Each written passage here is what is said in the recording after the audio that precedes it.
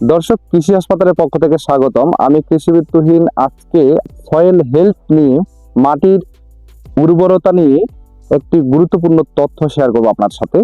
সেটি হলো, আমি যে জমিতে দাঁড়ায় আছি এটি একটি আলুর প্লট, এবং ঠিক আমার বাম পাশের আলুর জমির ফলনটা দেখেন যে এটা কত সুন্দর সবুজ এবং অনেক সুন্দর ফলন হয়েছে। এবং ডান পাশের জমিটা দেখেন, এর হলুদাভ ভাব এবং গাছের গ্রোথ খুবই কম, গাছের বাড়তি খুবই কম।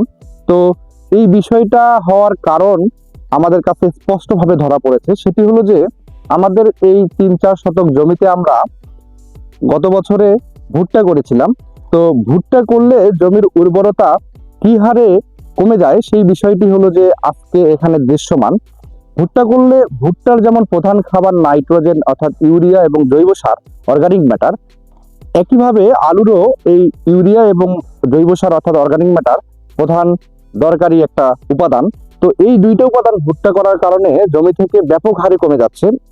বাংলাদেশে যে হারে ভুট্টা চাষ হচ্ছে তাতে দেখা যাচ্ছে আগামী 10-20 বছরে এই সয়েল হেলথ অর্থাৎ মাটির যে স্বাস্থ্য, এর লেভেল এত নিচে নেমে যাবে যে পরবর্তী ফসলগুলো কৃষকরা যে করে সেই ফসলগুলোতে উর্বরতা কম থাকার কারণে ফলন মাত্রাতিরিক্ত খুবই কম হবে।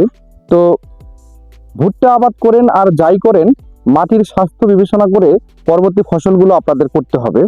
কারণ যেহেতু ভুট্টা জমির উর্বরতা নষ্ট করে দেয়, জমির জীবনী শক্তি নষ্ট করে দেয়, সয়েল হেলথ নষ্ট করে দেয়, সেই কারণে পরবর্তী ফসল করার আগে ওই ফসলের প্রয়োজনীয় উপাদানগুলো সরবরাহ করে তারপরে পরবর্তী ফসলগুলো চাষাবাদের চেষ্টা করবেন। তাহলে আপনারা কাঙ্ক্ষিত ফলন পাবেন এবং আপনাদের যে কৃষি পণ্যে যে লজের যে ব্যাপারটা আছে সেটি থেকে আপনারা মুক্তি পাবেন।